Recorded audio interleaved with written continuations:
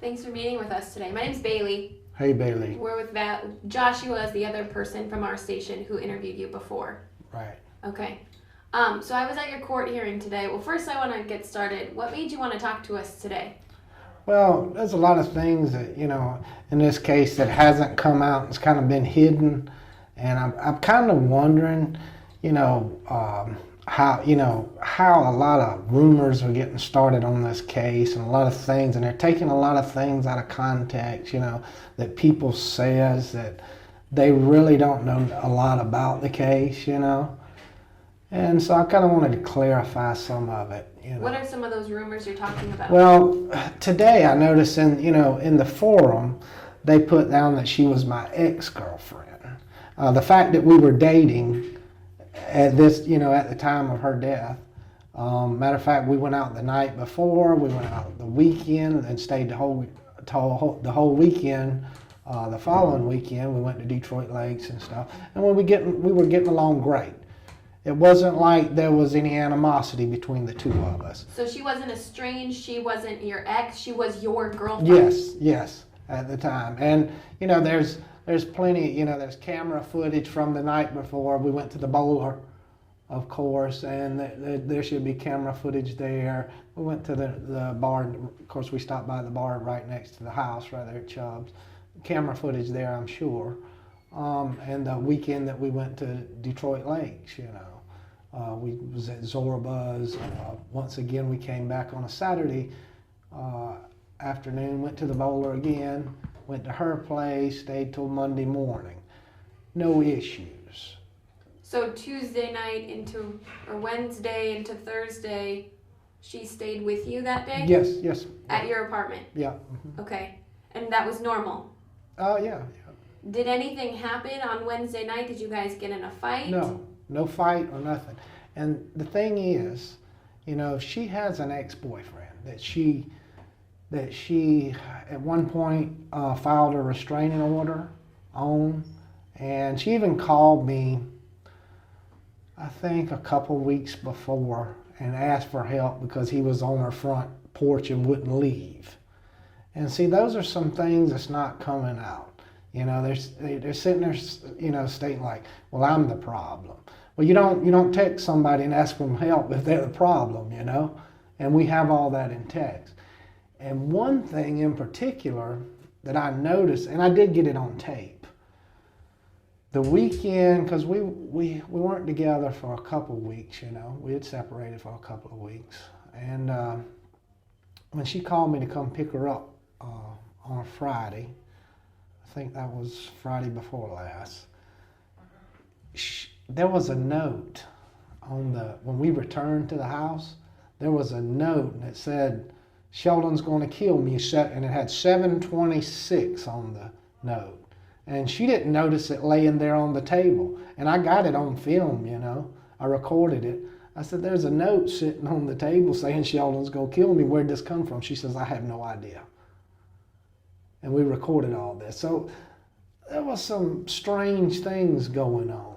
So she had taken files out on this ex-boyfriend?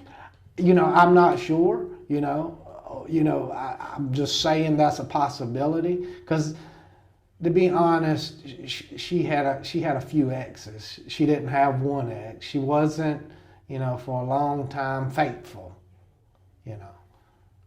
She drank a lot in the bars. She was in the bars constantly. That was mine and her big problem. She was constantly, if it was about 7 days out of the week, 6, she was in the bar, So, but she had also filed charges against you, is that correct? Well, she did, but then she went to the detective and said she wanted them dismissed. Was that because you had tried to talk her out of it? No, she actually, I was told not to talk to her, so I didn't. And she called me. And the detectives, I guess they called her because she, like I said, she drank a lot. And she made a couple of statements that wasn't true. And for a long time, I told her, I said, I'm not coming back over. It's pretty much over. And I thought about it, and I said, well, it would be kind of nice to look, look good, and, and go back, make sure everything is straightened out. So I did, and during the process, she was saying that, everything's going to be a lot better this time if you'll just, give me another chance. But the detectives, I'm sure they called her in a lie, during the first time she was going to file the charges, because she was drinking one night, and it was late one night, but she'd had a lot to drink, and so she ended up hitting me with a dog leash or something. It wasn't much to it, but anyway, the next day I left.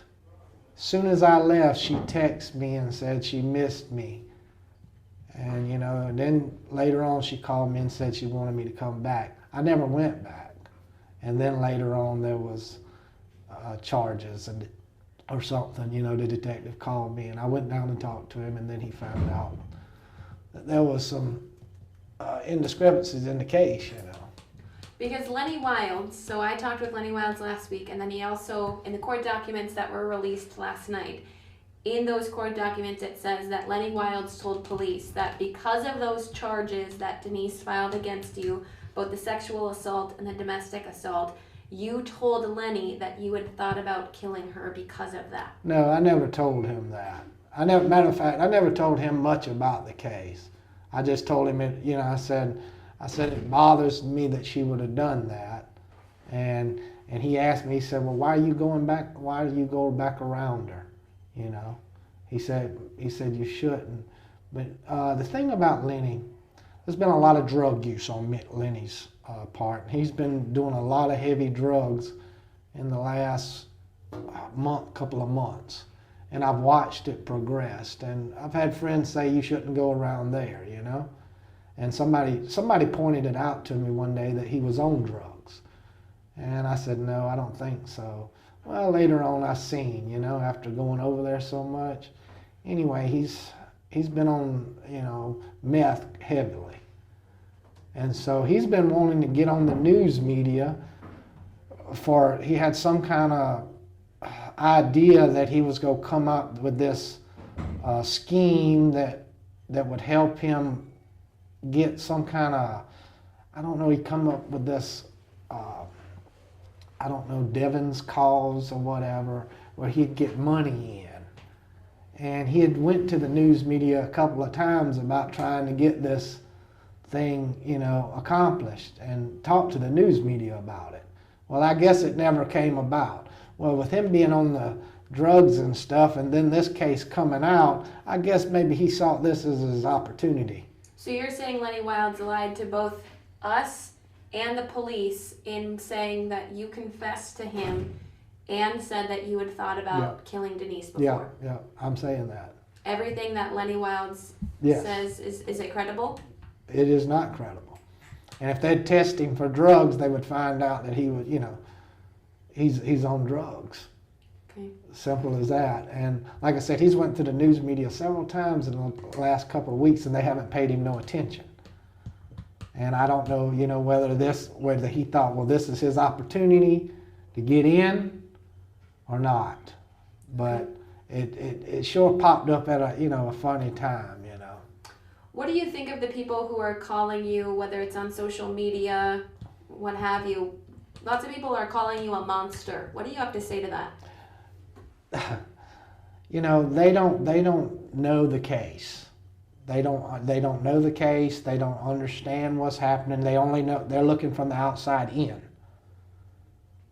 To be inside and involved, there's people that know, and they don't know the whole story, but they know the problems that I've been through in this case, and watched me suffer, and a lot of them haven't spoke out yet. So they don't know the whole story. So what is the whole story? Well, I'm telling you, there's been a lot of alcoholism, especially on Denise's part, and a lot of different people she's been involved with. Do you think she was murdered? I mean, I do believe that. How, I don't know. Like I told them, I left the apartment complex that morning about 3 in the morning. What happened after, when I left, she was fine. She was sleeping? She was awake? She was sleeping, she was fine. Everything was good between us. We had, if you could look at the camera footage from the night before when we were out, we were getting along great, we were laughing, we were not having any issues. Because police say that she had suffered traumatic injuries. And so you don't know how those happened? I do not. They told me that too. And you know, I was surprised. I was just sitting there in shock when they told me. I was sitting there, I was like, you know, I know nothing about it. Did you love her? I did. Do you still? What's that? Do you still? I do still love her. And I haven't had time to grieve. I haven't, you know, I sat back there and I haven't, because being charged with this, you can look at it and say, well, he don't care. But when you get charged with a murder, you kind of focused on that. And you're not grieving, like, you know, you're not thinking, there's been times I've sat back there and think, she's gone, you know, that I almost wanted to call her on the phone and say, but I'm thinking, wait a minute, she's dead. You know? But people don't understand that, you know, to be charged with something, all of a sudden you don't know of her death. And now all of a sudden you're being told of her death and you've been told that you've done it. Was that shocking for you? Extremely. I mean, I didn't know what to say, didn't know what to do. I just wanted to withdraw from the world. Did you learn about a death in your apartment via Facebook Live? No. I didn't know about the death until the detective told me. Okay. So that's another thing that you're saying Lenny is lying about. Yeah. Okay. Now he, from what I understand, may have learned about it through Facebook Live, but not me. He didn't tell me nothing about it. We didn't discuss it. Why did you leave your apartment at 3 in the morning that morning? Well, I had a job that I was supposed to do. I had some things actually that I wanted to do early that morning, and the job, well, I thought would have started at 5 o'clock, but I had some things I had to do before then.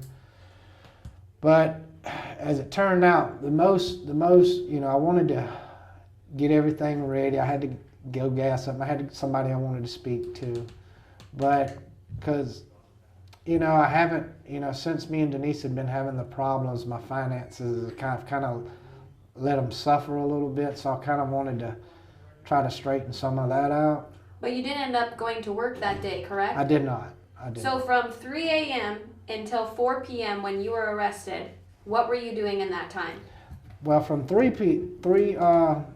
a.m. I left the house. I went gassed up. I went gassed my car up, which should be on film at the store. From there, I went to... Lenny's? No, I did not go to Lenny's. You never went to Lenny's? No. I went to Lenny's, but not at that time. Okay. From there, I went to see a friend because she usually, well, she wakes up and goes to work early. And so I went there. Of course, she wasn't awake yet. I waited for a little while, and she never did come out, so I don't know if she was going to work that morning or not. From there, I left there, went to the job site to see about this job. From there, I waited for a little while, and it was going to be 5:30, I think. So from 5 o'clock, I wound up, then I went to Lenny's, and then I decided not to go that day. I said, well, I might wait till later, go talk to Denise again, and iron this stuff, you know.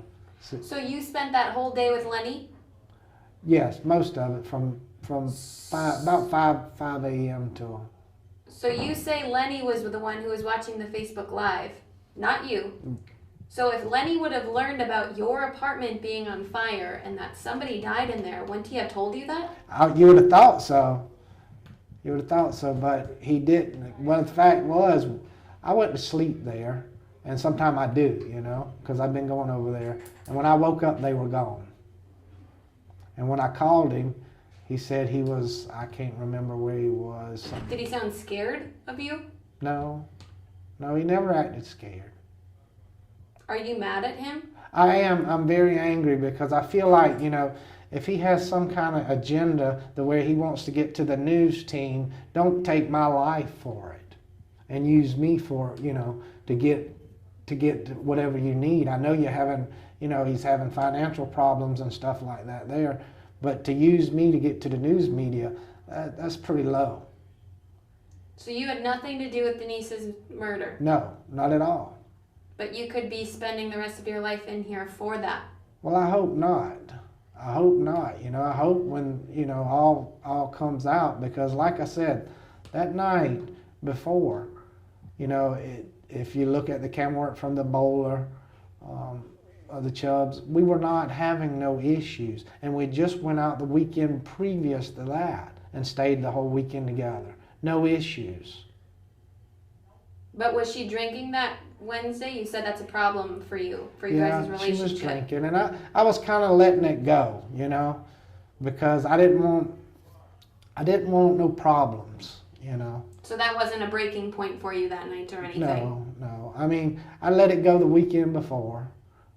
Matter of fact, I acted as if I wanted to drink with her. I just wanted all problems resolved. I didn't want her angry with me. I didn't want no issues, and if I wanted to kind of go on with my life also. So have you been talking with police of who you think could have done this? They have not questioned me on, they very little, It's been very little of it's been more so, well, this, I'm the focus here. Well, he's angry with her, and so we're going, he has to be the one that done. I don't know what they're thinking, because I've given them a lot of information to go on. I've given them the fact that what time I left, and they said the fire started, I don't know, 9:30 in the morning. Well, I was nowhere near there at that time. Okay. You said this morning that you wanted the judge to make your bail reasonable. What were you hoping that your bail was going to be set at? Well, I was hoping it wouldn't be $1 million cash. I was hoping it would be less an amount that I could, get somebody to, set up property or something where I could get out, where I could, kind of move around and kind of get some more information, especially get my phone back. Because my phone has a lot of information in there. Don't police have it? The police do have it. The police do have it. And I hope that there's nothing going to be deleted out of there, or any tape, evidence that I've kept along the way, I was thinking about that and wondering about that, because we took a lot of pictures and a lot of video on that phone, some of it, was to where, where the assault happened. I'd questioned her on the assault and taped it. Okay. Of all of the charges that she tried to press on you? Yeah, well, she started to. She never, then she called him and said, and at first I thought, she may have been lying about that, but the detective did tell me that she called and told him that we were back together. So then the text that we were shown from Denise's son, did she make up those? Have you ever laid a hand on Denise Anderson? Well, the only thing was that the one night that she hit me with the rope when she was drinking, I did push her off pretty heavy, and I told the detective that. I said I wasn't light on it. I said it was 3 a.m. I was sleeping. She was up drinking. I said you have to kind of put yourself there. I said it might not be right, but at the same time, when you wake up to somebody hitting you, you kind of might feel, I don't know, a little bit combative, or you don't really know what's going on. And so that happened. But the next day, right after that, I told her, I said, I'm leaving. I said, because it's getting physical, and I don't need physical, violence. And I said, I've had enough problems with this. And as soon as I left, she texted, she said, I miss you. Probably 30, 45 minutes after I left. I don't even remember, but it wasn't long. And I showed the detective that. And some of the things that she told the detective initially, She told me she didn't even want to go to the police. She said her son, wanted her to go to the police. And so she stated that she did, finally end up going to the police. But she stated a lot of stuff during the time, and it was, I guess, an attention getter. So you're saying you've only ever laid hands on her once, and it was in self-defense? Yeah. Only once? Only once. So there should be no reason that anybody thinks that you would lay your hands on her this time? Well, me and her's had our arguments, but never no hands-on. We've had arguments in bars where I've tried to get her to leave, and she wouldn't leave. What about the text she sent her son saying, "If I die, Sheldon did it"? I didn't know she sent a text, and I was not aware of that. What does that make you think? I don't know, and the same thing that goes back to the apartment when I went in there, and it said Sheldon's going to kill me 7/26, and she said she didn't write that. I don't know about that, I mean, why would you call me to come get you and then tell somebody I'm going to kill you? I don't know if drinking plays a part in all that. I don't know. And, a lot of her decisions and the things that she did, I didn't understand. I was like, why would you do this? And a lot of people would be like, why would you do it? Why would you bring your ex-boyfriend back to the house after you've had a restraining order signed on him, and then bring him back to the house that you got? I helped her move out of an apartment where she got kicked out because of this guy. And so she moves back in. Me and her separate. I hear one day that he's living over there. I'm like, what the? And she's got this restraining order, and he's on probation now because of this. I mean, so there's a lot of things here to play that, to sit there and say, because she was at my house, then I must have did this. No, that's not the way it went down at all. Okay, so this morning you said that the news media is printing out way too much, a bunch of lies. Yeah. So we've already addressed that she was your actual girlfriend. Right. What are the other lies that you want to get straightened out right now?